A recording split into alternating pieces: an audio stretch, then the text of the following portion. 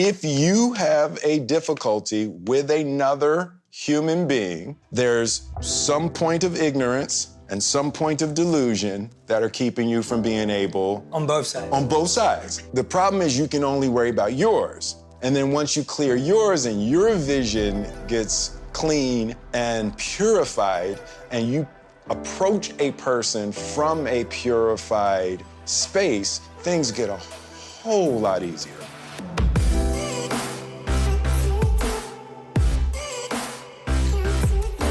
Hey everyone, welcome back to On Purpose, the #1 health podcast in the world, thanks to each and every single one of you that come back every week to listen, learn, and grow. Now today is a very, very special episode of On Purpose. Not only is it the first episode of season 3, not only am I sitting down with the one and only Will Smith, but today we're gonna dive in to the mind, the heart, and the soul of the man behind the movies and the music, and my dear, dear spiritual brother and friend. So, Will, with that, without any further ado, I just want to say I'm grateful, I'm humbled, I'm so happy to have spent so many special moments with you over the past year. This sounds romantic now. My wife's gonna get worried again. But I mean it, man. She's like, you've been spending a lot of time with Will. Yeah, she's never felt uncomfortable about my relationship apart from with The only time she's doubted me is like, oh, another trip with Will. That's what this time she came along. We certainly have some pictures, waterfalls, glaciers. Yeah. We definitely didn't even take all the pictures. But thank you, man. This is going to be special, and I'm just excited for us to serve together in this way. No, this is fantastic. It's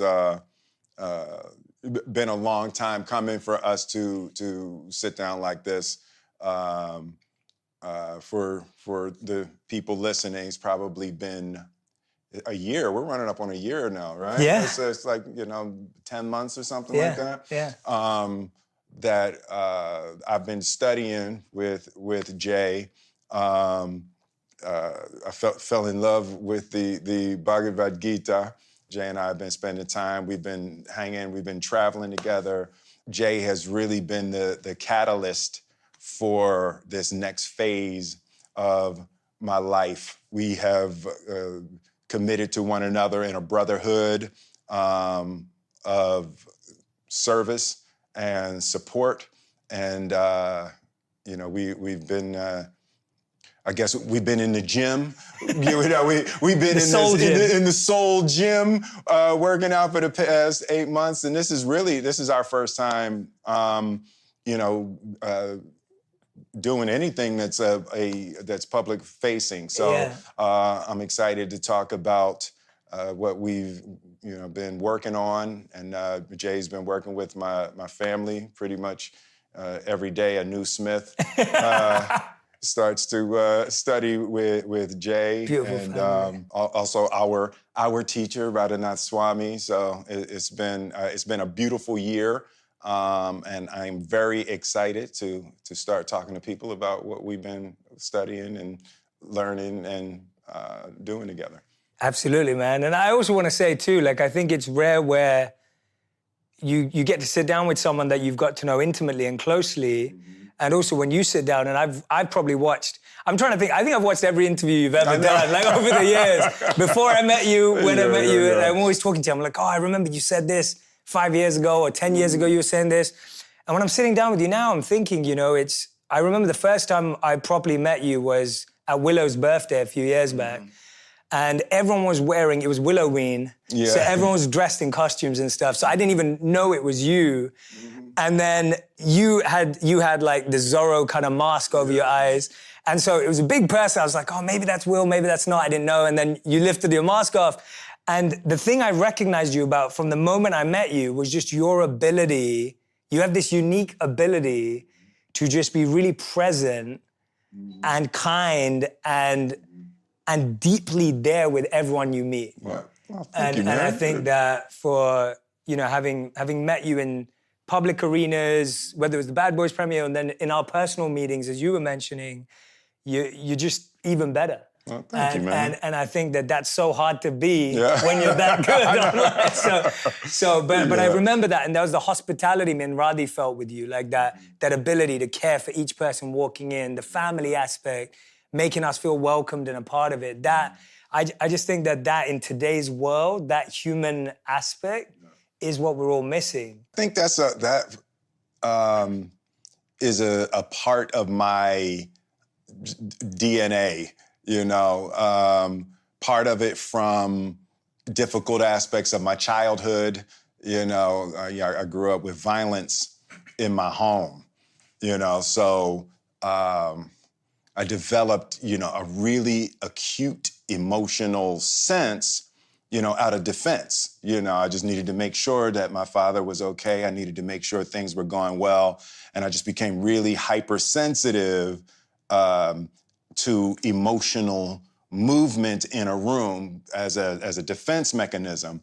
And then as I, grew and as I started to develop that, that heightened sense that started out as defense, as I settled down and, came into a deeper understanding of my power and my desires in the world, it was easier to connect to people in a loving way. It transferred easily from a defense mechanism to an ability to love and care for people. That's amazing, though, that you were able to process it positively. Yeah. I feel like we're living at a time, we've talked about this before, that our childhood experiences form our adult desires. Absolutely. And I feel like now people are starting to hear that in the conversation where they're like, oh yeah, because this happened with my parents. Yeah. Now I feel like this.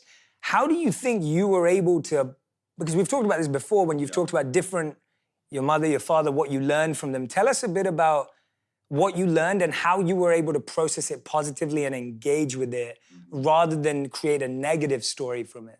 Because a lot of people may see violence and react differently. Yeah. I think there's always an aspect of us that when we feel unloved, in any capacity, in any relationship, when we feel unloved, when we feel mistreated, when we feel somehow disrespected, it's a natural reaction to want revenge.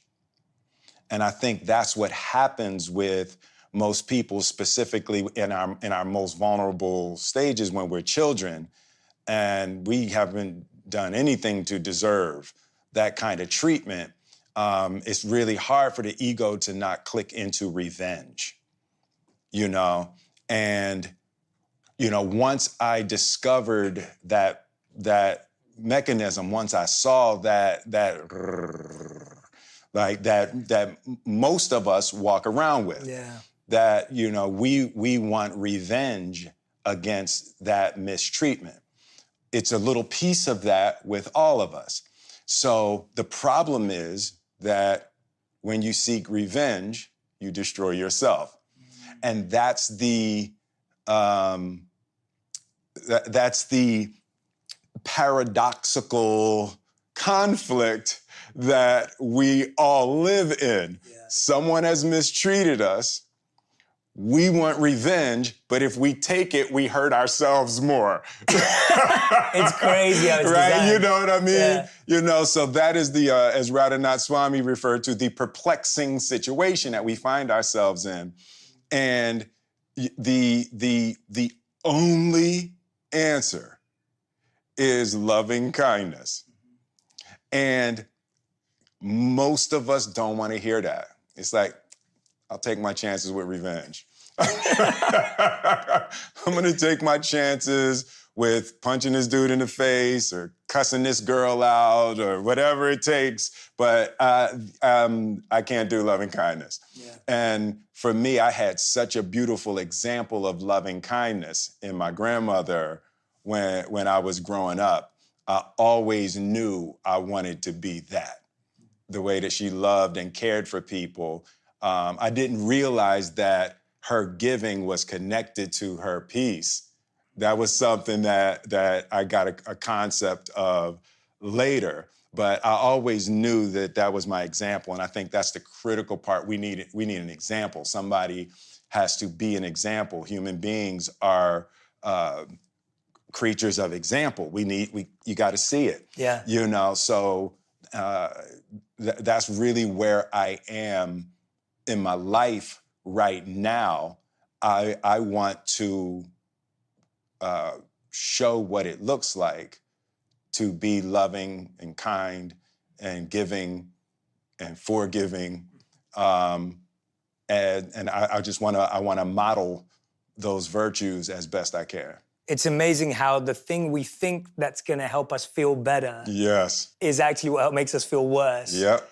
And you hold on to it because somewhere inside of you, you feel you have to be the person to show that person the truth. Like you feel like it's your responsibility. Yes. You're going to be the hammer of justice. Yeah, and so you carry that. And it reminds me of, there was this thing that, this lesson that we were talking about and sharing in our meetings was this quote by Russell Barkley where he said, people who need the most love ask for it in the most unloving ways. Absolutely. And that's what you were saying when you were giving examples of people in our society today who, it sounds crazy, but somehow they are seeking love. Absolutely. And when you kind of put that in your head, you're like, oh, like that's just a plea, a begging. A begging, A literal, like, it's not even a proposal, it's like a demand for love. It's a demand, absolutely. And you were saying that, and I love what you said then. That's why I'm bringing it back to what I was saying earlier. The reason why I was highlighting the personal aspect of you is that I think that the example that you're setting through who you can be is even more than what you've done. Mm-hmm. Yeah. What you've done is amazing, and there's nothing to be taken away from it. It's phenomenal what you're achieving and what you continue to achieve. But being able to do that with a loving heart, that must be, I mean, how does that feel internally? Does that also feel that way, or no? Are you like, no, Jay, no, the success feels way better than that, Jay. You don't get it. But you know, we had that conversation, and there was a real period in my life that I had to struggle with. We can win, or I can be nice. Pick one. Right? And different people pick different things. Right. For the type of material world climbing, you know, that I did for a big chunk of my life, it was military minded. You know, we're going to get that flag to the top of that hill, and you are going to help or you're not going to be here, right? So that's one mindset. And then after I got the flag to the hill a couple of times and kept getting the flag to the hill and realized that you don't feel good and you've scorched earth, you know, around you, and you're like, nobody's really happy, you know. And then I started to have to question that mindset. You know, I had one of the greatest runs in Hollywood history, you know, that 8 #1 movies, all over 100 domestic, biggest global movie star, all of that, and my family was miserable, you know. And I had equated winning with happiness, right? It's like, we're winning. What is y'all problem? You know? You know? And the transition from product focus, like military-minded, get to the top of that hill, and then I shifted into a mindset, and it was really my kids who brought me out of that. A shift into discovering, like, well, damn, people really care about how they feel, right? You know, as crazy as that sounds, like, you know, my father wasn't concerned with how I felt. You know, he wasn't concerned with how he felt. He was military-minded. You achieved the mission. And there's 2 possibilities. When I give you a mission, there's 2 possibilities. 1, you complete the mission, or 2, you're dead. Right? You know, and that's what my father was saying. I grew up with that. Oh, cool, right? I actually had to discover feelings, right? And start like, I used to have to really focus on, okay, how's this person feel? How's this person feel? Not what do I need them to do, and not they're wasting our time right now and we're losing time and we're gonna not finish this mission, right? But there is a balance between the mindset of achieving and loving kindness that at this point in my life, I've actually discovered the magical balance, but it's really hard to get people to let go of the attack and defend achievement mindset and trust the care and concern for your fellow humans as a way of creating higher production. Yeah, yeah. I hope everyone who's listening and watching right now is taking this in, because I think what you're painting is a very transparent, honest picture of our minds. Yeah, yeah. Like, I can relate to what you're saying. So I can relate to times in my life where I've been so about winning and success and numbers or whatever it may have been. And I know I'm not even becoming the person I want to be in that process, and I don't even like myself. But because you're choosing to like yourself because of what you're achieving, you're finding a new way to like yourself, but not over who you really are. Yeah. And so I just hope everyone who's listening and watching, you know, when you speak sometimes, Will, it's so extreme because you've got so close to that emotion that sometimes people can think, oh no, that's a bit extreme, I'm a bit more balanced. Yeah. But really we all have that kind of, does that make sense? Like, we all have a bit of that extreme instinct inside of us in some area of our life. And it's sometimes a delusion to feel, oh, I'm actually balanced. Like, we sometimes listen and go, oh yeah, no, that's him. Oh, like, that's him, his father was military. But I'm balanced, you know? And we always feel we're balanced. Yes, exactly. I felt like I was balanced. I felt like I was balanced. We always feel like we're on that, as the Buddha would say, as we talked about, the middle path. Like, we always feel we're on the middle path and everyone's lost. I know, And everyone else is confused. Oh my gosh, that celebrity's confused, or that person's on the wrong path. I'm okay. But, you know, I really hope as you're listening to this, everyone, that put yourself in those shoes, put yourself in that mindset. It's a healthy activity to do. And you can learn something from the extremes also, right? Yeah. And when you look at the athletes, right? There's a certain extreme mindset that you have to take on. I don't know that you have to take it on. What I do know is that in this society, we worship that mindset that, you know, it's the can you become Michael Jordan without that mindset? Yeah. You know, and that is a really powerful, difficult question. It's like most people can't sustain the mindset. Yes. That, you know, fortunately, because it can be so destructive, but most people can't sustain that level of discipline to manifest the things that they want in their life. And there's a poisonous edge to that kind of discipline. And I've been to the edge of that kind of material world discipline in my mind.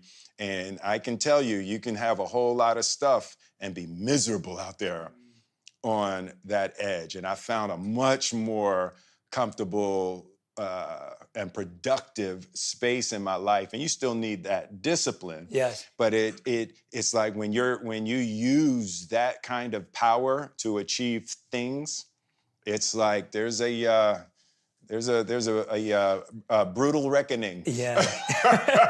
There's a brutal reckoning at the end of that. But the amazing thing about you is you've been on that path in that direction. I think people sometimes see these flips where they're like, oh yeah, now that you are rich and successful and famous, now you're going this way. But actually, from our conversations and how you've shared with the family, or even when we've worked with some of the friends in your life, it's like, this has actually been a long process. Absolutely. This isn't just 10, 12 months. This isn't just a couple of years. This has planted a seed from your grandmother Yes, absolutely. through your whole life to Absolutely. always be reminded of it, to study spiritual paths, world religions, to study philosophies. Like this is just a long process. Tell me about that belief your grandmother had in you, and tell me a bit about how she planted that deep seed, because I think what you said at the beginning, that we need that example, I think everyone, if they really reflected, there'd be someone in their life, either indirectly or directly, but sometimes we forget them. But when we've been talking and everything, your grandmother's been such a pivotal figure. Yeah, yeah. I'd love for you to share what you think she did that was so powerful, because maybe there are some parents listening today, and brothers and sisters and grandmothers and grandparents listening today, and they'll be able to do that for their children and grandchildren. My father, my mother, and my grandmother, whenever I think about the three of them, I picture a triangle in my mind. And I see, like, my father was the base as discipline. And my mother didn't care about anything but education. Like, that you had to learn, grow, study, travel. Like, my mother was really serious about educating the mind. And my grandmother was love and God. My grandmother was that grandmother at Resurrection Baptist Church. And she had, we were doing our Easter recitations, and we was at the nativity, So she was that grandmother at the church, and her life was deeply devoted to God and Jesus in the form of loving service, right? So the form that it took was she was working hard to love everybody. I remember my grandmother bringing homeless people into our house when we were little and washing them in our bathtub. I thought that was the nastiest thing. I was like, ah! But she would be in the bathroom with her hands washing homeless people, And as a child, it was like, no! But as I grew older, I just saw how dedicated and devoted she was to living her life in service. It took me 50 years to figure, to figure out what the secret of that was, but there was a day of her life that wasn't devoted to loving and serving, and I just watched her. She worked the graveyard shift at the hospital, and she watched us, my brothers and sisters, during the day while my parents were at work, and then when my parents got off work, then she would take a little nap, and then she would go to work at the hospital, and she was the happiest person that I had ever met. Nothing fazed her. She was okay. And I remember I was about 12 and I had started rapping. And, so I had my rap books. I had all my little curse words and everything in my rap book. And she found my rap book, and she never said anything, and she just opened the cover and she wrote a letter to me. Dear Willard, truly intelligent people do not have to use words like this to express themselves. God has given you the gift of words. Be sure to use those words to uplift people. And I was, I was sitting, I was reading that, and just love Gigi. Yeah. And that was part of the reason why I never used profanity in any of my music. Yeah. And it was like she missionized me in that way to make sure that what I was doing was uplifting others, and when you're telling stories, you can always find the part of the story that is a gift for the potential upliftment of somebody that would see it. So, but yeah, she was all God, all love. I love that, man. That's such a beautiful story. I hadn't heard that one before. Oh, we hadn't talked about Yeah, we hadn't talked about that one. When your grandmother finds your rap book and you got curse words in it, it's a bad look. It's a bad look. Well, it's good that you found it that early and that had such an impact on you and brought you out. Where was as you started to grow in that success and that journey, and you decided you wanted everything you do to have a positive impact on others, whether it was music and then movies, and then that journey led you to just tell us about the hard work and graft that went into the creation of what you said earlier, which was like, I was working so hard and my family hated me and this didn't work. But tell us about that hard work, because I think sometimes it's forgotten. Yeah. And it's, it's almost like you don't realize how, when I started spending closer time with you and started seeing you on set. Yeah. And in the trailer, and then you'd walk out and in 2 seconds you'd be in character. Yeah. And then you'd walk back in and you'd be Will again. and then we were in your man cave and you have you have the movie plotted out and you'd walk me through like how that tells you what, and I started to understand and appreciate that what you do is a science. And it is strategic and systematic, and it is a skill you have worked on for decades and decades and decades. You start to realize that the external view of like, Will's charismatic and he's cool, and you start to realize like, yes, but that is underpinned with just hard work. And I think that that's a real awakening that a lot of people don't get to experience when they see you on a big screen. Because you don't see all of that there. You don't see the learning of the lines, and you have a phenomenal memory. Like we're studying spiritual books together, and you can remember stuff that you've read that day, and that comes from all your years of training, and even your ability when we first met, and you said, Jay, I'm an actor. When we're just direct me, and we can do this because I can drop into a student mindset. Absolutely. So much of this is internalized. It's not. Tell us a bit about how long it took to learn all of this and start playing with it beyond just thinking, oh yeah, I've got this because I can act. I grew up in a military household, and while there are certain emotional drawbacks to that, there are intellectual and organizational pluses that are hard to beat. So my father was really strict on order, organization, and the incremental completion of tasks.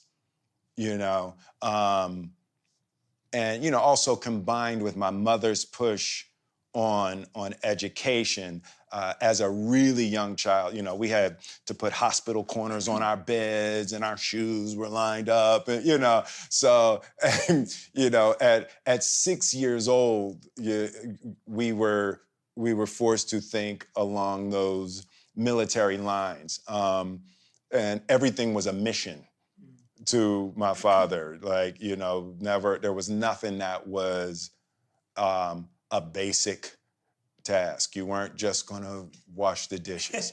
It was a mission, that had to be completed with, military precision, down to how much dishwashing liquid you're using and how much the bottle costs. And if you use that much, and how many dishes do you wash with that amount of dishwashing liquid, and how long are you going to be able to use this dishwashing bottle, so you can relate that to how much work you have to do to be able to wash that many. Your dad sounds Indian. Yeah. I have to say, so Will, is your dad Indian? Wow. That is intense. Yeah, so it was really, his mind was like that, and I took, we always take the things we hate the most from our parents. But, from that, the gift of structure and the gift of breaking tasks down, you set the goal, but the breaking the tasks down into smaller, manageable pieces was a thing that I came out of my childhood with. You know, for example, you met JL. Yeah. You meet, yeah. So I told when I said I wanted to be the biggest movie star in the world, you know, and I was 18 or Oh, no, something. I haven't met him yet. I Did know you you're meet talking about. JL? I haven't met him yet. JL? Yeah, I know Okay. you're talking about. Yeah, When yeah. I said I want to be the biggest movie star in the world. So the first thing that we did is we looked at, okay, well, what are the top 10 movies of all time? Because if you want to be the biggest movie star in the world, you're going to have to make the biggest movies in the world. So we said, well, what are the top 10 movies? So we looked at the top 10 movies. We said, well, what are the patterns? What are the patterns in the top 10 movies? And at the time, 10 out of 10 were special effects movies. And 9 out of 10 were special effects movies with creatures. And 8 out of 10 were special effects movies with creatures and a love story. So, you know, that's where the bent for me towards sci-fi movies came from, the recognition of the patterns of sci-fi creatures and a love story. So that became what we were looking for with everything. And then Independence Day was a no-brainer, and then Men in Black was, you know, behind that. Yeah. And it's that kind of systemized Algorithms. Yes, yeah, right, exactly. Yeah, Looking yeah. for what is the pattern, you know, and that's you know, one of the gifts my father stuck me with coming out of childhood. Yeah. This is one of my favorite parts about talking to you because of this ability to turn those into gifts. Yeah, yeah. And I want to just emphasize that point to everyone who's listening and watching again, because I think we're living in a time right now where there's a lot of bitterness towards parents and what we received, and rightly so as well. Like some things are, you know, quite hard to deal with, that level of trauma, etc. But at the same time, when we start looking at our lives this way, not in a fake way or an ingenuine way, but really start to process some of these things, to see the powers that it gave us. Absolutely. All the superheroes that we all love in sci-fi movies, they all got their powers from bad things that happened to them. Exactly. Like, no one ever had something good happen to them.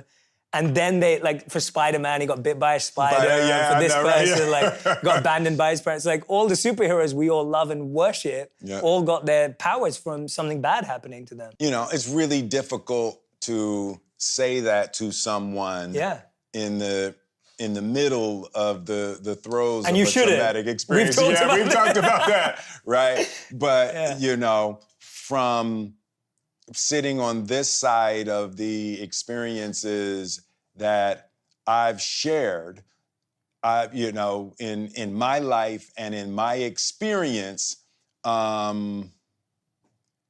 there's no such thing as a bad experience, right? There's experiences you don't like. And they hurt.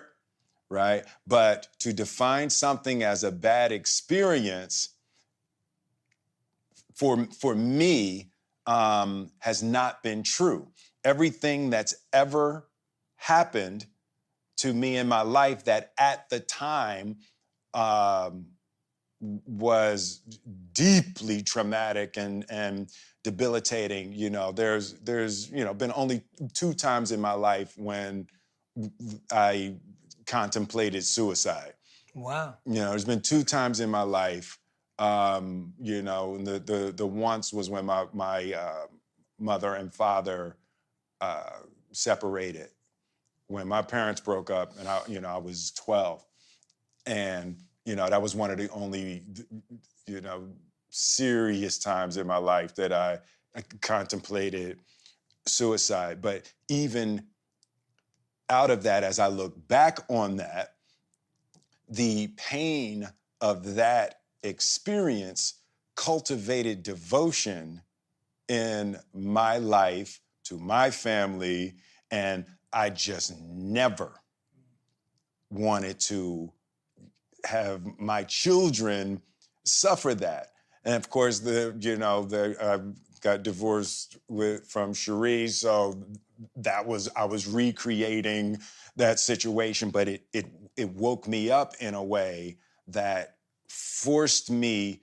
to try to connect with my children. So the negative experiences or the things that were awful at the time, there's always the other side of the coin. And in my experience, I've cultivated only positive things out of the most negative experiences of my life. My father's death, and the 6 weeks up to my father's death was probably the most formative time in my life.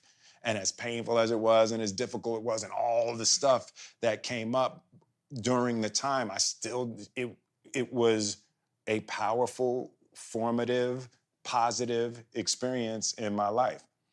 Tell us a bit about that, if you don't mind, about why you felt it was formative. And because I think a lot of people go through the loss of their parents, and we've talked about this, like the idea of like sometimes people regret of what they did or didn't say to their parent, or maybe what they expected of their parent. What was it that was so powerful that allowed you to feel that way about that moment? Because I got a gift that some people don't get, and it was that the doctors told us he had 6 weeks to live, right? So, and then he lived for 4 months, right? So I got a warning. So most people don't get a warning. You just get the call one day, and you just didn't get a chance. And when I found out that he was dying, it just, by the grace of God, was in the middle of the shooting. I was doing a movie called Collateral Beauty, and it was about a guy dealing with the death of his daughter. So I was into the Tibetan book of living and dying, and reading all the, was it Elizabeth Kubler, just reading all this stuff about death. So I've been programmed for 6 months, and I had read and studied all these books about death and grief and dying, and then I get the message, and I was like, I sat down with my father, and of course I had all of my traumas and all of my issues and everything with him, but I had also I've 6 months of programming of all of the things that you're supposed to do, to prepare yourself for the death of a loved one. And so I sat with him, and we talked about everything. So I said everything that I wanted to say, and we got to those 6 weeks. And when we got to those 6 weeks, we were clear. But then he lived for another 3 months. So what happened was every meeting, every time I saw him, I was flying back to LA, but every time I saw him, was like, oh, thank God. Yeah. And then every time we said goodbye, we made sure we said a good, thorough, full goodbye, because we knew at any moment it could actually be the last goodbye, right? But the lesson was,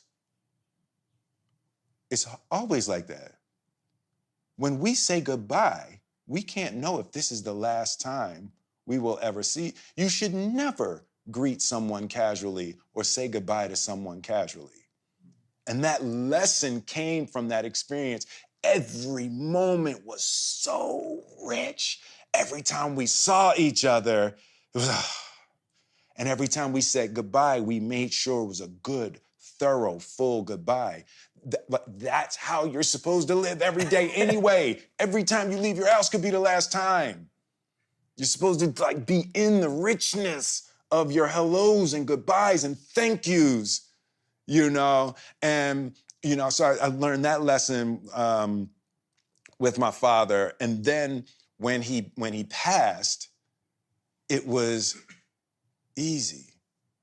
We were finished, and just the lesson of that kind of presence and that kind of attention and that kind of recognition that tomorrow's not promised, and just getting shaken out of thinking that you're going to have, tomorrow. Anybody who hasn't spoken to their parents or their brother or their cousin that they had a thing with or their ex and they don't talk anymore, call them right now.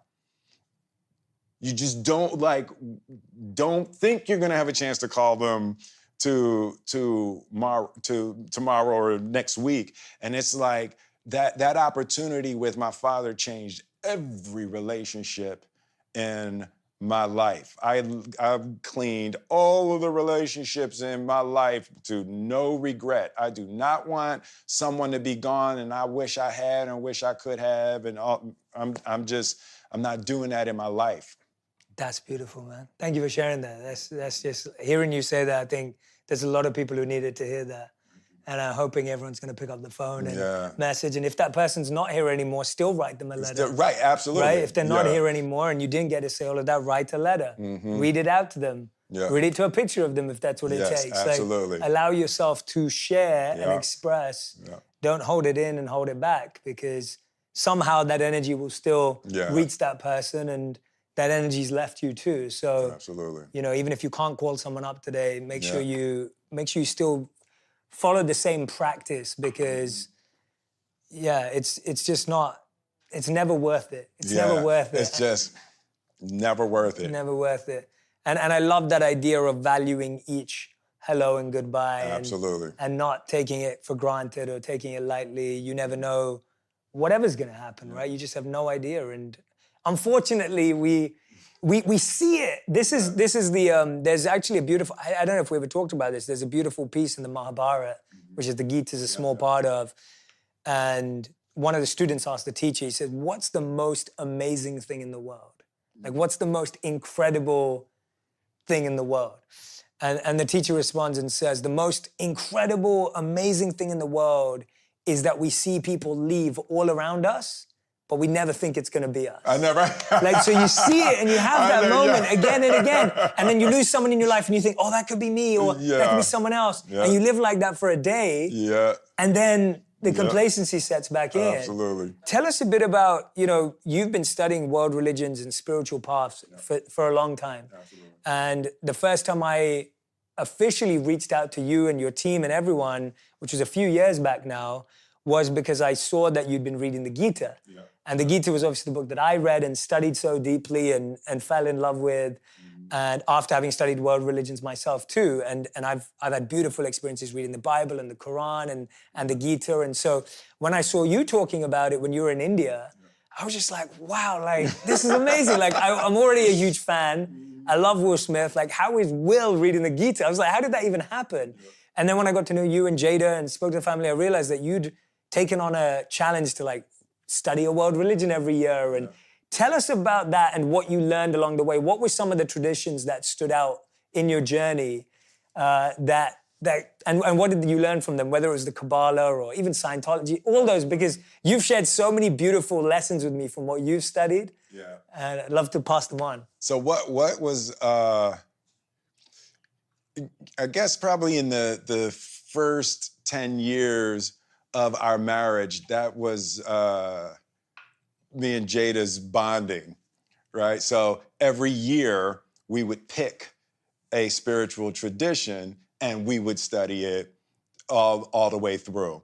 How did you even start doing that? Like, because when I heard you did that, I think Jada told me first, and when I heard you did that, I was just like, it just took me aback, because you don't come across that all the time. And I was lucky enough to study world religions. My father started encouraging me when I was about 14 to start reading spiritual books. And I dated a Muslim girl who asked me to read the Quran. That's how I read the Quran, which was a wonderful experience in my life at 16. I read the Bible because we would celebrate Christmas, and I'd feel guilty that we celebrated Christmas, but I hadn't read the Bible. Oh, right. So I started going to church on Christmas and then reading about Christ and the Bible, and I just absolutely fell in love with the scripture. And then I was just reading so many different books. And finally I came back to the Gita, which was the book I was brought up with. But yeah, tell me about even why you and Jada decided to do that. So I don't even know how it developed as a thing. I know when we got married, we were trying to decide, you know, what church we were going to get married, and were we going to get married in Baltimore or Philly, and who was going to be the priest, and so Gammy had a different religious background than Gigi, and all, so we were trying to figure all of that kind of stuff out, and Jada didn't want to do any of that. Jada wanted for she and I to go to a mountain, and pledge our love and devotion to one another, to God, without, she felt like we weren't going to adhere to this specific religious tradition. We would just be picking it for her mother or my grandmother or something to try to figure that out. So I think the discussion about the religious background we would raise our children in is what came up when we first got married. And she grew up in a thing called the Ethical Society in Baltimore, and they would honor the different religions. And my background, I grew up, I went to Baptist church. I went to a Catholic school, and somewhere in that first decade of our marriage, we were like, oh, wouldn't it be hot if we could say that we had read cover to cover all of the major holy books.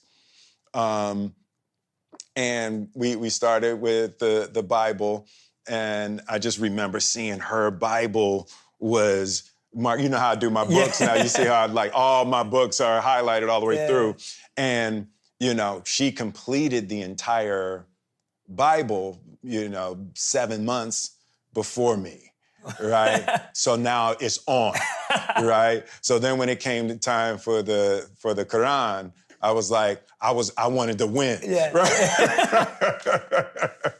But, so we would take a year and we would study all of these traditions as really as a way of the two of us bonding spiritually and intellectually around the concepts. And, we went through Kabbalah and Scientology. And really what was happening is every time I would meet someone who was of a different tradition, I would allow that person to introduce me to what their tradition was. And then I did Ali, and so we circled back around to the Quran during that time. But we really just, we love the idea of spirituality and the study of the love of God. We don't necessarily believe in organized religion. We believe that the organizations kind of jump ahead of the spirituality. The Church of Christ is very different than Christ. The steps that Christ actually walked. So we started to notice those kinds of differences, and we really just wanted to find the truth. What is the truth? And you see how my whole family dives in. The kids are doing it now, with the Gita. And it's really just trying to find our way, in this world. Yeah, and I love that, and I was so fascinated by that myself because I saw that within myself. Mm-hmm. And so when I saw it with you and the family, I was so drawn to that because, I think that a lot of what we're trying to figure out in today's world has been suffered for long enough in an internal way that when you're diving into these books of wisdom, there's just so much there to unearth. Because people have been through the same challenges for decades and decades and decades. The problems have already been solved. Yeah. and lived for long enough. And solved, And at the core of all of the spiritual teachings that I've ever studied, at the core of all of the ideas how you treat your neighbor is central, right? Yes, absolutely. Yet somehow people manage to twist, in all faiths and all backgrounds, Totally. people do unto others as you would have them do unto you is very clear. If you ask yourself that question, well, in this situation, how would I have them do unto me? And you did that, you'd never have a problem. Because the answer is never going to be, I think they should curse me out and spit on me and whoop my ass because I was tripping. It's like, you just, know, I mean, I guess somebody maybe. No. I think you're right. I think you're right. If I were in this situation, how would I want them to treat me? Yeah. Right? It's huge. It's the most simple, yet the most profound. Our teachers in the ashram would always tell us, and I've said this to you before, but they'd always tell us that these principles, you'll learn them on day one, you'll think that you know them on day two, but you spend your whole life trying to realize them. Yes. And that's the challenge with us, that we take what we learn on day one and what we know on day two to be like, I already know that. Yes, exactly. And then the teaching doesn't, what I love about what we've been doing is like, the teaching gets to like reveal itself to you. It's like, it's always opening up. It's like a lotus flower. It's always blooming. It's not like, oh, it's open now, it doesn't matter. Yeah. It's like always opening up to you. And if you give it that time and patience, then you can truly see it grow and bloom into something. But if you just try and force it open, it just, I mean, if you forced a flower open, it would just break. And that's what happens.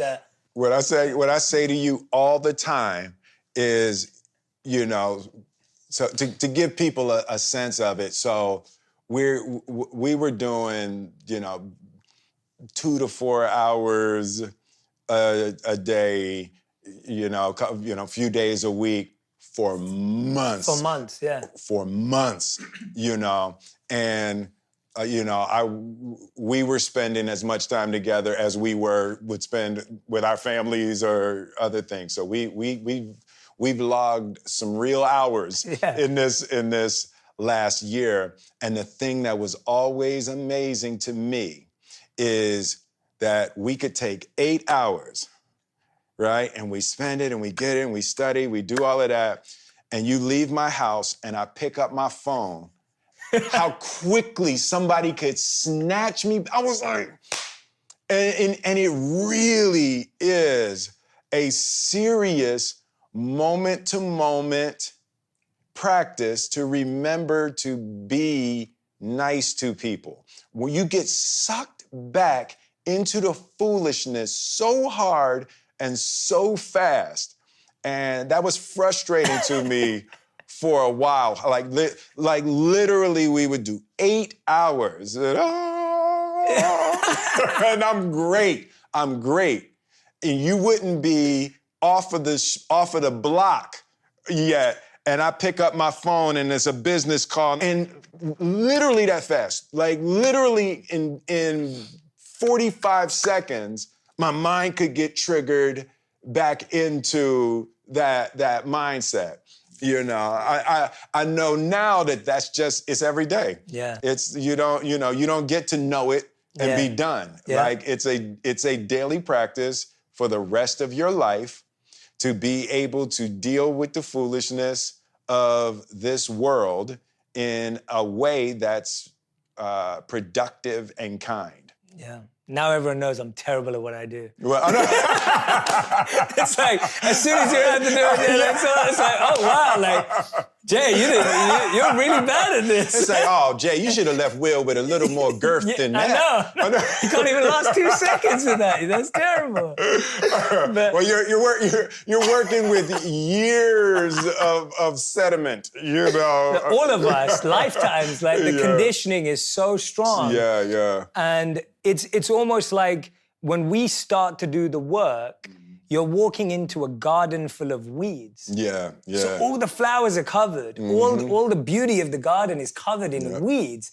And so you're cutting down the weeds. But because you've been watering the weeds for so long, they keep growing back. Keep growing, yeah. And so you keep cutting them down and they keep growing back. And it's the example, the analogy of the mirror that's given in the Vedic tradition around how when you walk in and you try and clean a mirror that hasn't been cleaned for lifetimes, it's dusty. Yeah. And so when you start cleaning it, the dust comes up in your face and you're like, I can't see, I can't see. And that's what we're all going through. Yeah. And when we start realizing what you just said, the day to day, it's like if all of us said we want to plant, I keep using gardening analogies, but it's only because it makes so much sense. I feel because we're so disconnected from nature, our mindset has become instant and our mindset has become now. Whereas when you watch nature, nature's never instant. Yeah. Like, I call that hunting versus farming. Right. Everybody, okay. Go ahead. Yeah. Hunting versus farming, where people let's get it, let's get it and eat, right? That's a great. I love that. I love that. You know, versus no, we're gonna plant the crops, grow the. Yeah. I love that. Yeah, because it's the idea that if me and you said we want to plant a tree, you'd have to come back to that tree every day to see how it was doing. Yeah.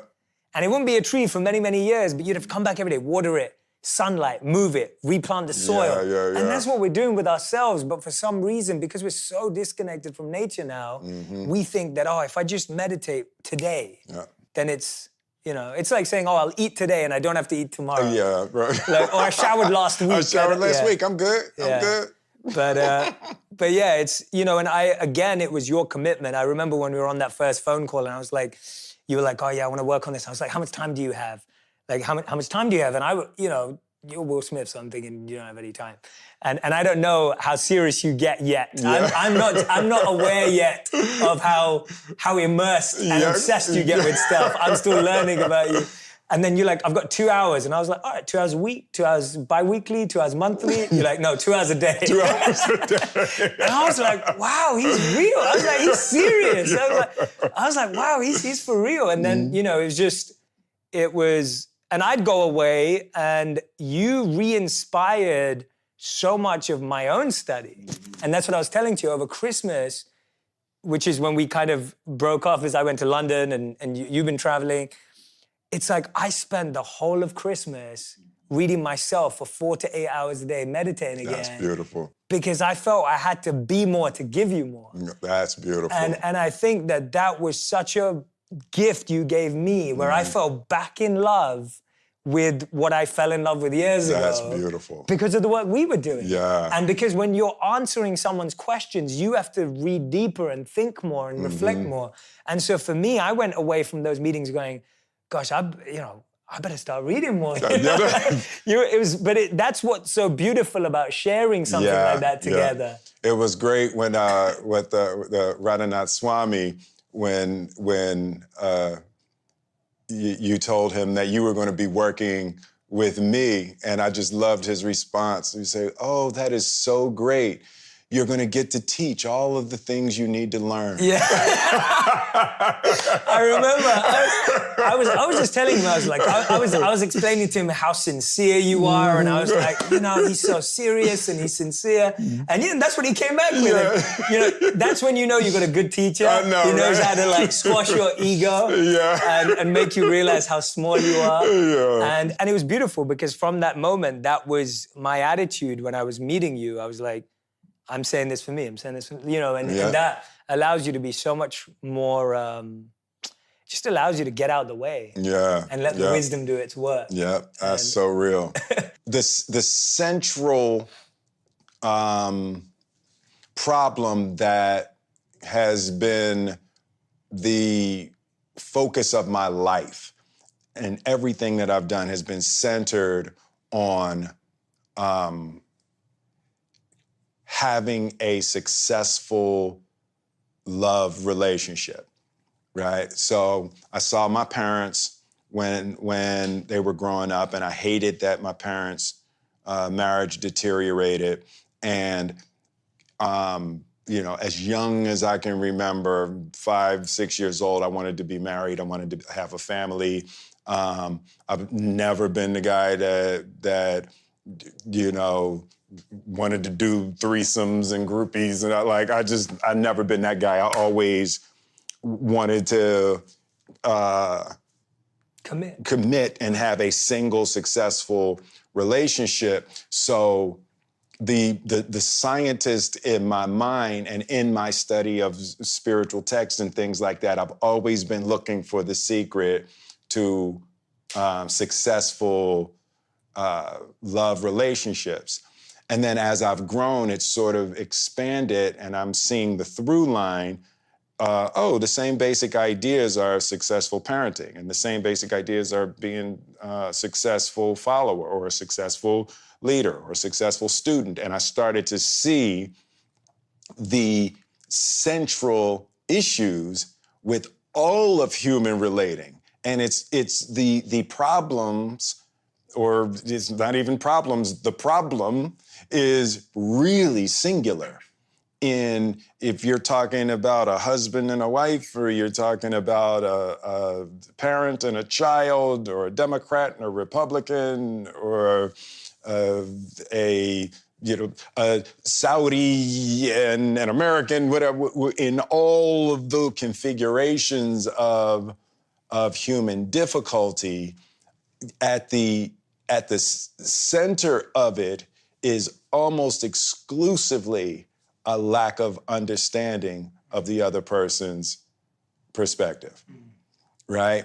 And, it sounds simple, and it may oversimplify slightly, but the concept of ignorance, the concepts of ignorance and delusion are always the problem. Yeah. Right? It's always the center. If you have a difficulty with another human being, there's some point of ignorance and some point of delusion that are keeping you from being able... On both sides. On both sides, right? And the problem is you can only worry about yours.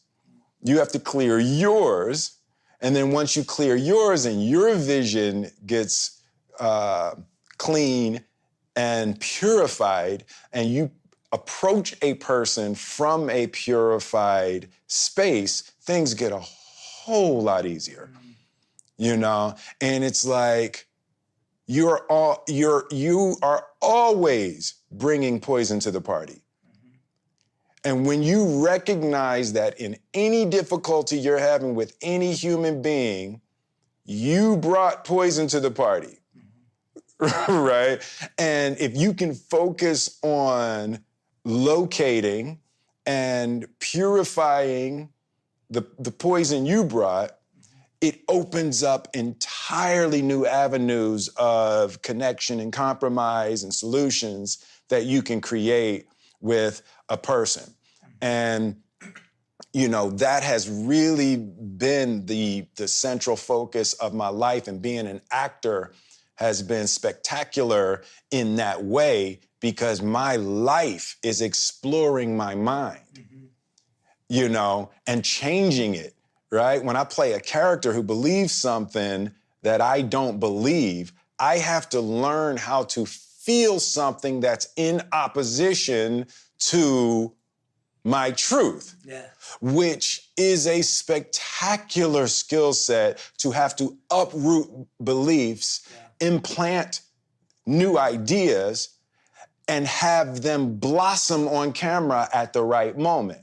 It's been such a powerful inner process of development to explore acting in conjunction with spirituality and supreme absolute truth, to explore that as my job. Is fantastic. Everyone should be trained as an actor. I know, right? When you first said that to me, I was like, I never thought of it. And obviously I'm not an actor, and so I wouldn't know that. But when you said that to me, I was like, wow, that's like how people should be taught how to be students. Right. Because the idea that you have the skill set, and it's a skill to put your beliefs aside Yes. and go, I need to live by the beliefs that this character would die for. Absolutely, yes. Like, what would they be willing to die for? Yes. And then you're experimenting with it, and then you can see whether you like it or not. Right, absolutely. And how it feels. Whereas most of us are so grounded in our own beliefs that we don't know how to take that hat off and put another one on. Absolutely. And that's where all of our issues come from, because that story of someone else. Yeah. Someone that you know that did that extremely well in probably the most difficult circumstances with Nelson Mandela. Yes, absolutely. And, we've spoken about it many times. You've spoken about it publicly many times. I just found this clip of you guys together that I love. That I love. That I have to show you. It's a while ago, but it's one of, I've watched this whole. I would watch anyone who's watching. You have to go watch the whole thing. I'm only showing Will a short clip, but it's this clip here. I don't know if you remember. I was saying to you, I'm an actor. I make rap music. That's what I do. What can I do? And I sat with Mr. Mandela and was so inspired. You want to quit your job. You want to go out in the streets. You want to fight. And he said, no, you have to understand the power of what it is that you do. You have to understand the hope that is created by the work that you create. And he told me that not to force it, that the call would speak to me. And today the call has spoken to me, and I humbly, gratefully, and will aggressively respond. And I thank you. Wow. Speak aloud, I just remember I'm more than 100 years old. You'll have to tell me what he said. Yeah. That's Willow sitting on it. Oh, wow. It gets better. Wow. Goodness. I had forgotten about that.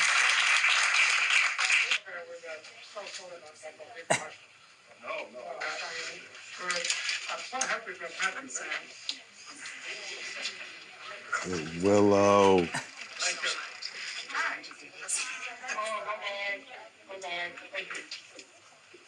That was Jaden.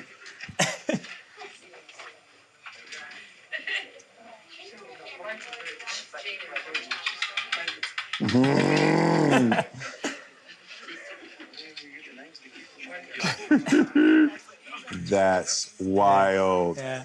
Wow. I mean, there are so many I could show you. That was the one I picked. Goodness. There were so many. That's fantastic. Beautiful clips of you two together. Yeah. No, that was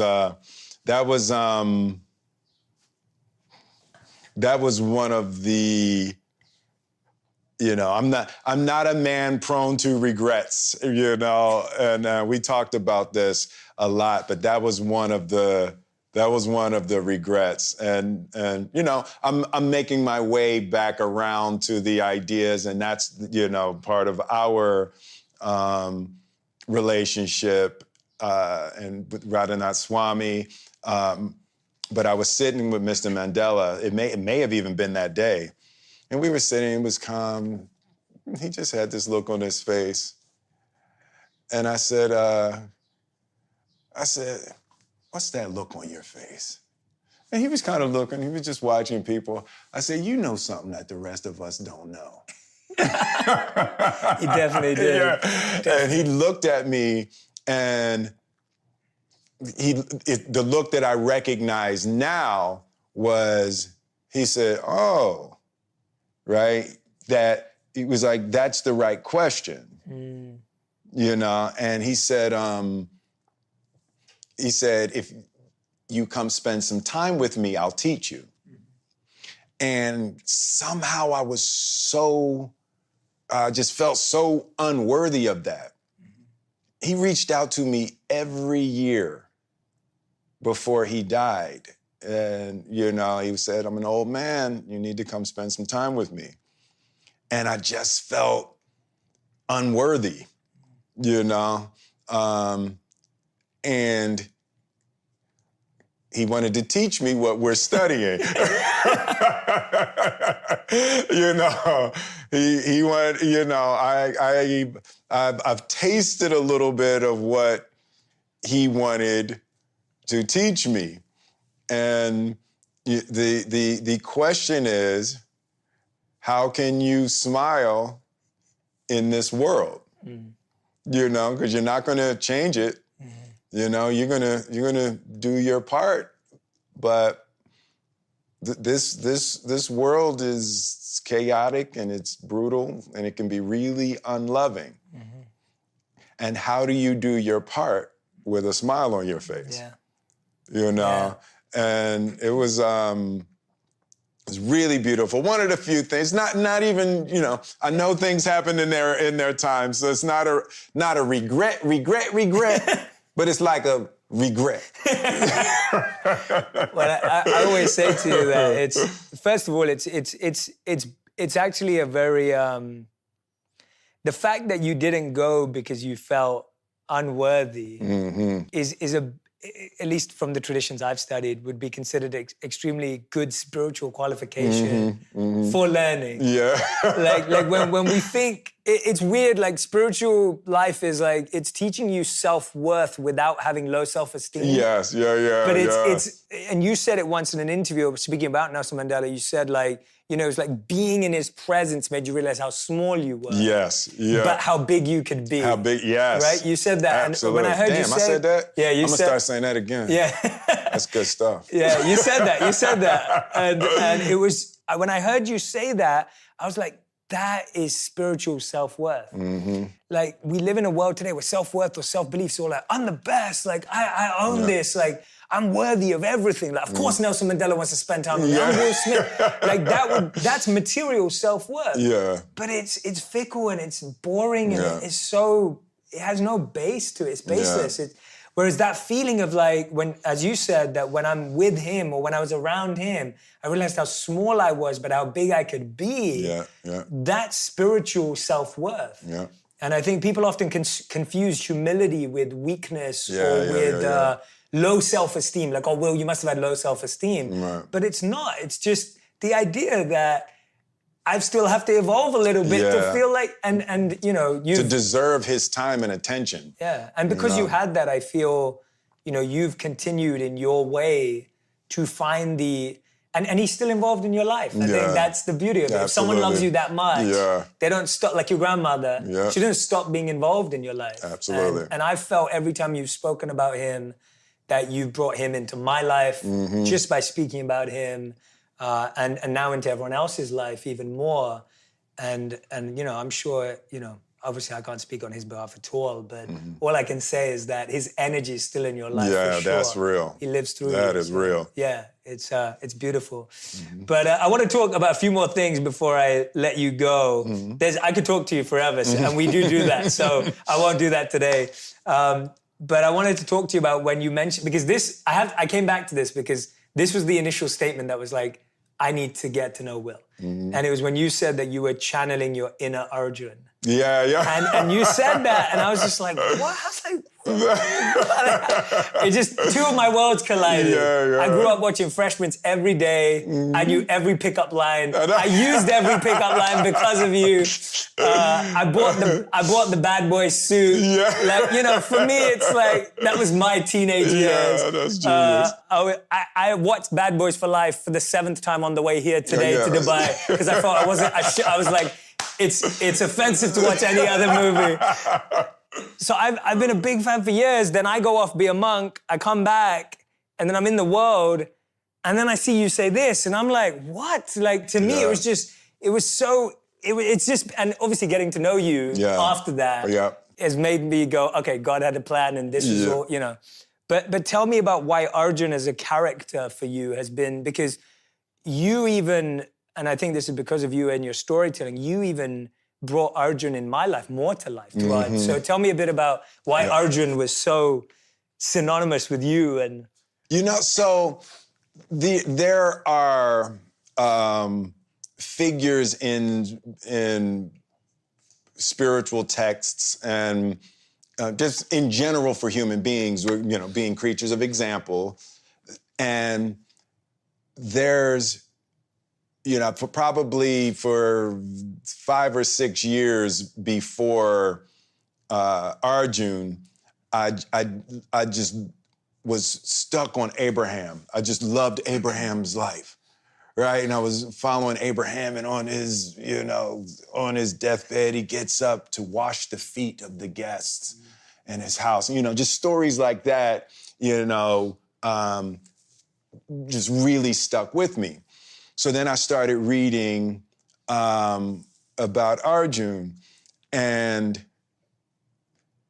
the circumstance that he was in, for people that don't know, Arjun is in a battle. His family has tripped out. He's a wonderful archer. He's the best archer in the world.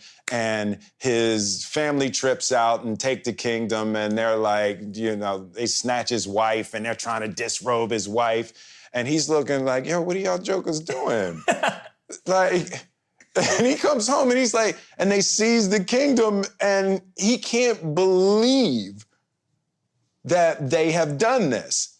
And he's a warrior, and he could get the kingdom back, but these are his uncles and his brothers-in-laws and his teachers and people that he loved and trusted, and they took his kingdom. And they prepared an army, and they're going to fight Arjuna, and he's devastated that his family and his friends and all of that for material gain would do this to him. And he's deeply pious. And they prepare an army, the greatest army that's ever been assembled, except that they don't know that God is driving Arjuna's chariot. Yeah. right? And they think they're going to tear through Arjuna, they're going to do all of this, but God is driving Arjuna's chariot, right? And even in that, Arjun, he's like, how can me killing all of my family be the right answer, right? And on the other side of that, he's like, well, I'll just let them kill me. I'm not doing that. There's no version of me going into battle with them. I don't care how wrong they are. I don't care. And as I just got deeper and deeper into that story, it's like, I feel like that all the time, right?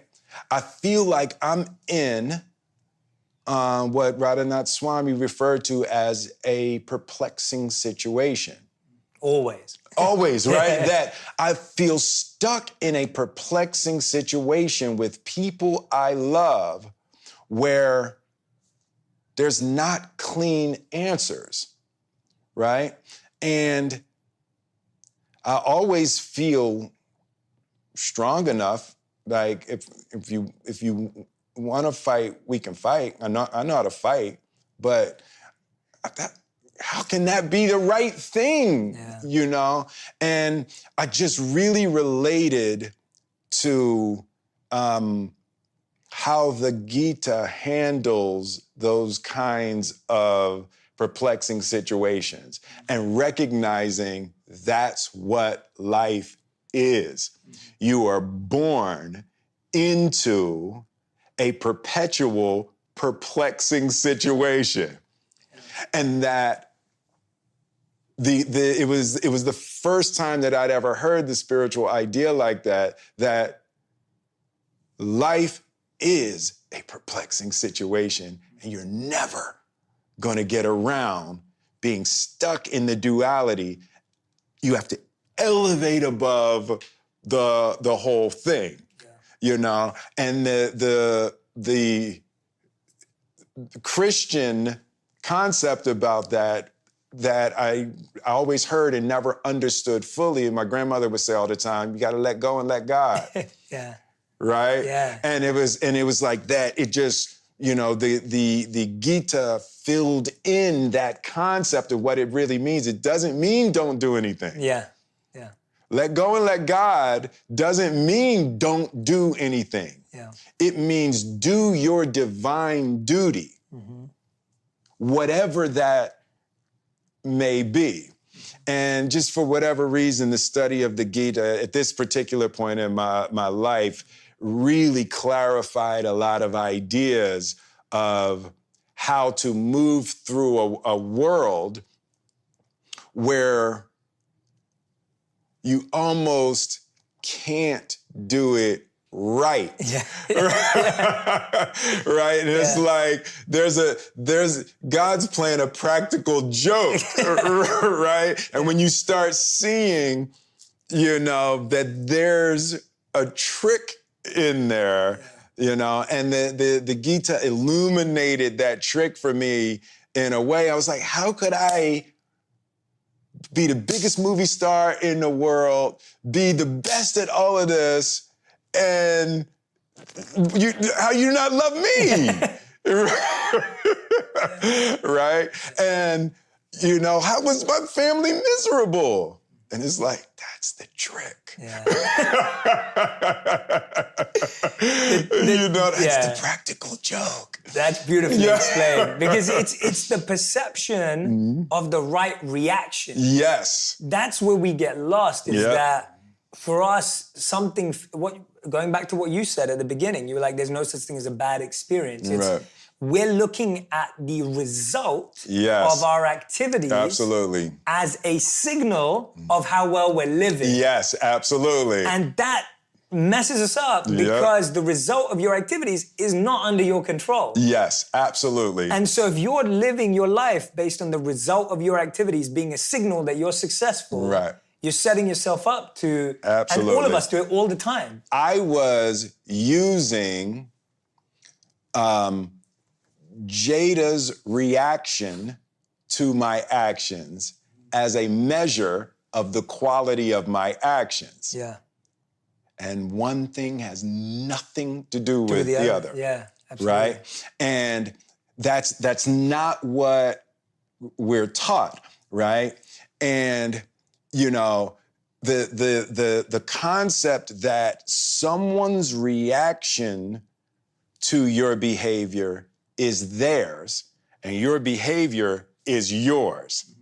And when you try to marry the two, when you try to use the outcome as a measure of the quality of your own being, that is the kiss of death. Correct. The way that this material world works, you can do everything right and it still go wrong in terms of outcome. Yeah. And you can do everything wrong and it still goes right in the outcome. The outcome is not connected to the quality of your behavior. And that is such a hard idea to digest. So when I started interacting with Jada and with my family as what a friend of mine, Michaela Bohm, Love Michaela. what she refers to as a freestanding man, right? So I am certain and I am committed to being who I am and how I want to be without a craving for someone's approval, right? Because I know their approval doesn't have anything to do with me, right? Yeah. And, sometimes we get stuck in these situations where we're seeking the approval of someone for our self-esteem. Yes. Self-esteem is about yourself, right? Absolutely. But we start looking to other people for our self-esteem. And, sometimes we find ourselves looking in broken mirrors to get a reflection of ourselves, right? And the greatest tragedy is when you look into a broken mirror to see if you're pretty, right? And you're gonna let that person tell you about your inner qualities. And the greatest tragedy is when you look in a broken mirror and you're gonna change your face to try to look good in a broken mirror. Man, whew, I'm so glad to be free from that. That was fantastic. That is incredible. And that's it. That's literally it. Yeah. Like, when you can free yourself from that cycle. Yeah. And it's a trap. It's rough. It's crazy. It just keeps you there. And but that's what I think I keep seeing in your journey, like to see you at this stage in your career, to still be growing, still be pushing. I mean, for people who don't know, like I have to share this because it's what I find, and this is the only time I get to tell everyone, is, like for me to see you on set, busy, like, I mean, for anyone who's never been on set, it can be a stressful environment. It's high pressure, like you're acting, you got to know your lines, you got to interact. And the sun's going down. The sun's going down. Will would literally come back in the trailer and he'd be reading in between being on set. So reading spiritual texts, spiritual books in between. And I just saw that and I was like, wow, like, it takes so much effort and determination and hunger to be filling each and every gap with growth. Yeah. And so for anyone who's listening to this podcast while they're driving to work, while they're commuting, while they're editing a video, however you're consuming this podcast, I want you to know, like, you're doing that same thing. You're committing to growth. Committing to growth. In your gaps when you could just be doing something else. Like, you could have been in your trailer, I don't know, doing what people do in their trailers. I don't know. I don't know what people do in their trailers. No, that's my past, Jay. Oh, yeah. I don't do that in my trailer no more. I'm in there by myself now. Yeah, or with me. Yeah, and we would, and just, I would see that dedication. And I think if, to find time in between when you're filming a movie and it's, big budgets and all this, everything, and your focus was here. Yeah. Your focus was here. Yeah. Even in amongst all of that, that was truly inspirational. And, that behind the scenes look at your internal journey has had such a big impact on my life. Wow. It's a no excuses journey. Yeah. It's the only thing to do, right? So, and that's to learn, right? We have to free ourselves from the darkness of our own ignorance. And you wouldn't call something a problem if you understood it. The problem is you don't understand it, right? That's why you're calling it a problem, right? You don't call things problems that you have complete comprehension of. Right, so the process of freeing yourself from the pain and the misery of your difficulties and your problems is in, constantly cultivating a broader comprehension of the deeper, absolute truth of what's actually happening. Right? And one of the things that I learned is that if I feel bad, if I'm unhappy, if I'm upset, if I'm disrupted or disturbed, the only thing that could do that is my ignorance.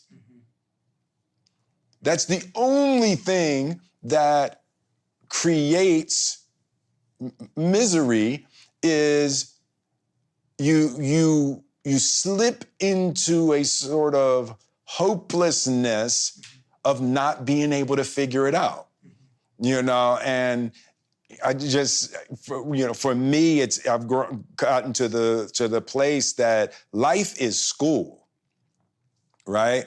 You're not getting the promotion you want at work, that's school. Get it, figure it out. Someone in your family is sick. That's school. That's like life is the greatest teacher there is. You just have to be willing to learn, and recognizing that your pain and your suffering is the thing that the universe is poking at. So you recognize that's where you're ignorant. Yeah. You know, you wouldn't be having those struggles in those areas if you had a deep, broad comprehension of the fundamental realities of those situations. Mm-hmm. Yeah, it's so beautifully said. Again, as I was listening to you, I was thinking about how we're programmed to believe that life is for enjoyment. Right. But actually it's for education. It's for education, yes, And absolutely. we keep seeking enjoyment in the education. Yes. So we're trying, we think we're in a candy shop, but we're in a classroom. I call that the poisoned honey scenario, right? You're seeking enjoyment. You want something sweet, and you don't recognize that honey's poisoned, right? It's gonna be sweet going down, but it's, you know, the kickback on that thing is something terrible. Yeah.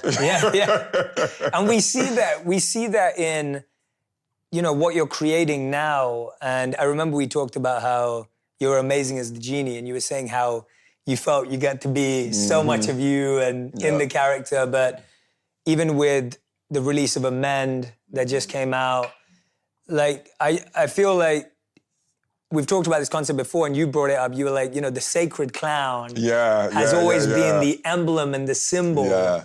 And again, it's God's gift where you get to entertain, make people laugh, but you want to help people grow through that. Absolutely. And that's really hard to do, but you do. That's you. That's who you are.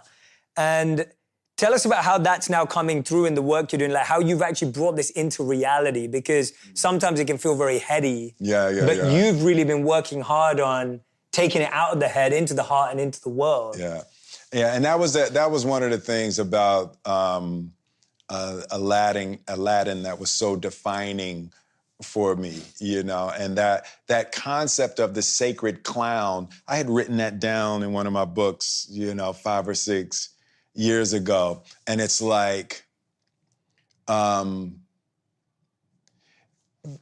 my core, it's either who I am or who I want to be, but it's in there. It's in there really deep. And in playing the genie, it was like, that I was at home, right? That combination of fun, light, silliness, and the imparting wisdom to Aladdin, right? I was like, that's who I want to be in the world. I want to be singing and dancing and being silly and playing and all of that, and then sneaking the ideas in, you know, under the joy. But I had heard that, I think it was the Lakota Indians or something like that, the Native Americans. They had the image of the sacred clown, which is often considered negative. But it's like I connected to it. It's like, oh, that's right. That's what the singing and dancing and all of the joy and all of the smiling and all of that is for. It's just a beautiful conduit for the ideas. And you know, that's just at my core. I'm happiest in that space. Yeah, beautiful. Well, I could talk to you for hours, and we will. And I'm sure we will. But I'm gonna ask you what I call the final 5. These are one-word answers. One-word answers. One word to one sentence, the fast 5. Okay, fast 5. Will Smith, these are your fast 5. The first is, what is the best advice you've ever received? The best advice I've ever received. The first day I got on the tour bus when we were leaving for the first time, leaving Philly, me and Jeff and all our squad. And the last thing my grandmother said as the door was closing, she said, she called me Lover Boy. She said, Hey, lover boy, remember, be nice to everybody you pass on your way up, because you just might have to pass them again on your way down. And I was like, and that always stuck with me. I love that. That's great. All right, second question. What's the worst advice you ever received? The worst advice. My boy Charlie Mack. Charlie Mack told me, he said, hey man, listen. The way you make a woman love you, to make a woman love you, you take her out to dinner, you know, and then as you going out to place, you just knock somebody out. Because a woman got to know you could defend her. You just knock somebody out, and if you knock, I mean, it could be a stranger, but you just knock somebody out, and she see your strength, and that's how she'll feel confident, and it changes everything. It changes your sexual life. It just changed everything about it. But you got to get them good and just knock somebody out. Did you try it? No. Yeah, no, I never tried. Oh, that's brilliant. I love that. Oh, man. If you would have tried it, I never tried that. Well, I kind of felt that was bad advice in the moment. Third question. I have to ask you about all three. No, two of them. One thing you learned from observing the life of Julius Erving and Muhammad Ali. Oh, wow. Yeah. So Julius Erving was like the man went right in the heart of my childhood. The 76ers won the championship in 1983 in a 4-game sweep of the Lakers. It was heaven, right? And Dr. J was in everything in Philly. And I would say the single thing with Doc is he was always dignified.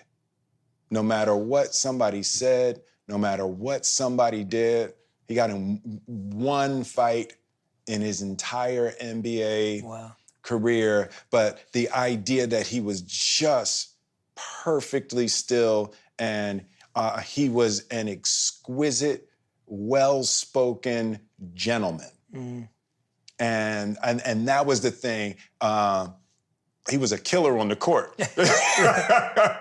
But he was just exquisitely elegant and peaceful, while at the same time doing the thing.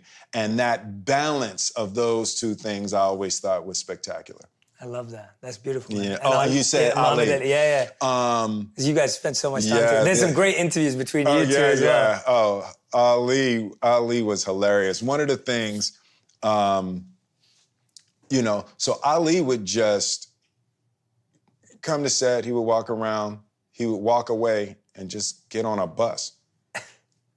We say, yo, where's the champ? And he would get on a bus and just ride a city bus and just ride with people. No idea where the bus is going, nothing, no security, anything like that, right? And he was engaged with, people in a way I'd never seen anybody. Like, as famous as he was, he engaged with people in that way. And I would say the total and utter submission to God, right? And he looked like he was arrogant, but it was the other way. It was like he was talking like that and acting like that because he was so utterly submissive to the will of God. And that combination, it just really inspired me with how I wanted to be with people in the world. And I asked him, I was like, Champ, why do you just walk away with people like that? And he said, oh man, you got to let these people see you. He said, they ain't never seen nothing like you before.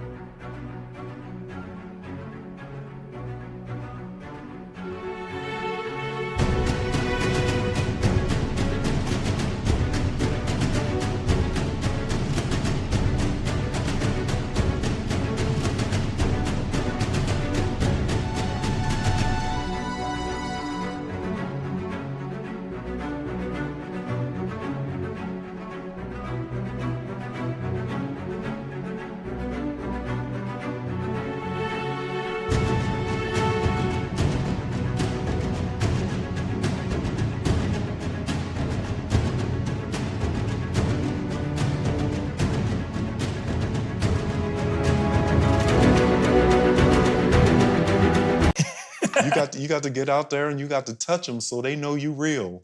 People can't aspire to stuff that they don't think is real. You know? You know, and it was like he was just so in tune with what he was, you know, and the seemingly arrogant humility was a beautiful combination. I love that. All right, question number 4.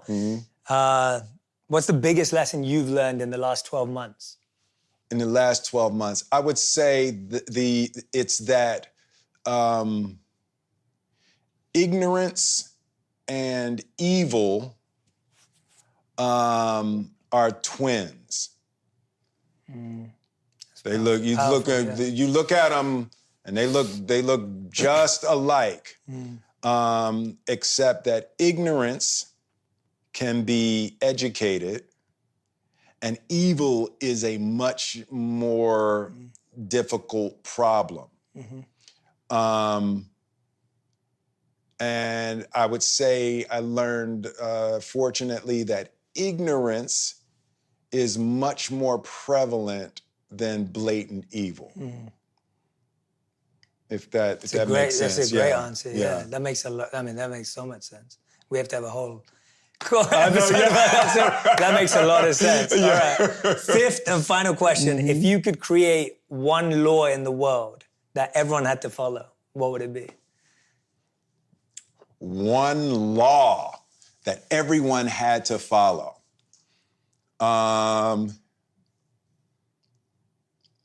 It would be that you have to repeat back what you heard the other person say before you're allowed to say what you think.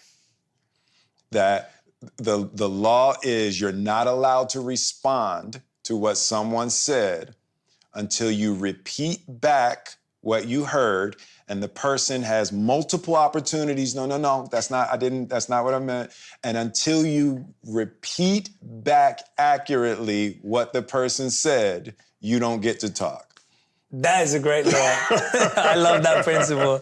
It helps in every area of life. Yeah, because our minds go way off the deep end with what we heard somebody say, and our response. Well, first of all, we're not really listening because we already know what we want to say, no matter what they say, and we go really way off the deep end. I was shocked and surprised by how far we can be from what someone actually said to what we heard. Absolutely. Absolutely. Yeah, it's that broken mirror. That broken mirror, yes, exactly. Yeah, I love that. Yeah. Will, is there anything I haven't let you share, something in your heart right now that you're like, I have to say this, and you want to share it, but there doesn't have to be, but... No, not really. Just, and that idea, there was something that popped in while you were saying it, that's called the broken calculator, right? So, and it's about, human interacting, and that the ego can sometimes be a broken calculator in that, imagine the 7 is stuck down. So every equation you punch in is 7 equals 7 equals 7 equals 7 equals 7, right? So no matter what you say to a person, if they've experienced a trauma, and in their trauma, men ain't shit. Men ain't shit. So that's the broken 7. So no matter what you say, no matter how you behave, it keeps coming up, men ain't shit. And getting our 7 unstuck is a really critical part of being able to interact with other human beings. Because we're painting on everything we hear them say. We're adding our stuck 7 to everything they say, and you just can't get the equation to come out correctly if your calculator's broken. I love that analogy. That's awesome. I never heard that before. I love that. Yeah. If everyone who goes away listening to this interview, the one thing you remember is that. What is that broken calculator? What's that number? Broken calculator. You keep adding to the equation. And you're gonna make it be that no matter what is in front of you, your equation's coming up with your broken number. Yeah. If you want even more videos just like this one, make sure you subscribe and click on the boxes over here. I'm also excited to let you know that you can now get my book, Think Like a Monk, from thinklikeamonkbook.com. Check below in the description to make sure you order today.